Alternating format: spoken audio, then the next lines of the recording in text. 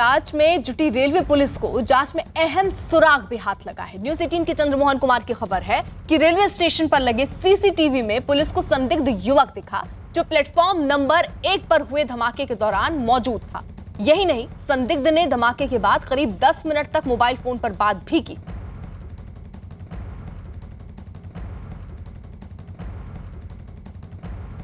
चंद्रमोहन हमारे साथ हमारे सहयोगी इस वक्त जुड़ चुके हैं। चंद्रमोहन, जांच किस दिशा में अब आगे बढ़ रही है और क्या क्या सबूत हाथ लगे?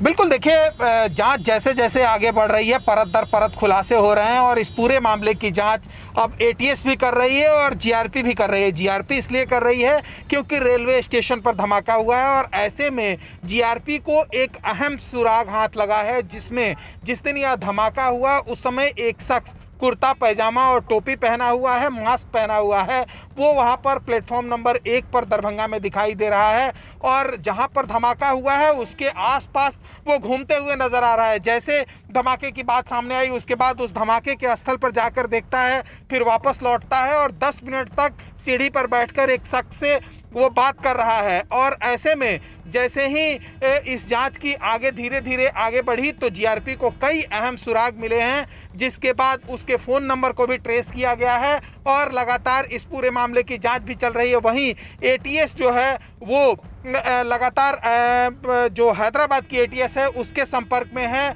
और जांच के दौरान यह बातें सामने आई है कि जिस नाम पर जिस सुफियान के नाम पर यह पार्सल आया था उसमें जो फ़ोन नंबर दिया हुआ था वो जांच में शामली का पाया गया है जो उत्तर प्रदेश में पड़ता है। ऐसे में उत्तर प्रदेश एटीएस भी इस पूरे मामले की जांच कर रही है और जांच के दौरान यह बातें सामने आई है कि उस नंबर से पाकिस्तान में कई बार बातें की गई है, जिसके बाद जो है मामला और संदिग्ध हो गया है। और जो मुझे जानकारी मिली है उसके मुताबिक जांच और थोड़ी आगे बढ़ती है तो पूरे मामले की जांच में अब एनआईए भी इन्वॉल्व होगी। एनआईए भी इस पूरे मामले की जांच करेगी कि आखिर कौन शख्स है जिसने यह विस्फोटक यहाँ पर भेजा था और पहुँचते के साथ फिर धमाका हो गया।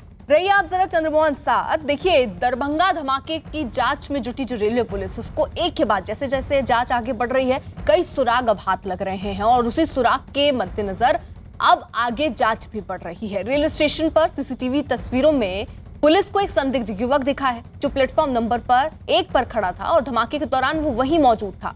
संदिग्ध धमाके के बाद करीब 10 मिनट तक मोबाइल फोन पर बात करता हुआ भी सीसीटीवी तस्वीरों में नजर आ रहा था।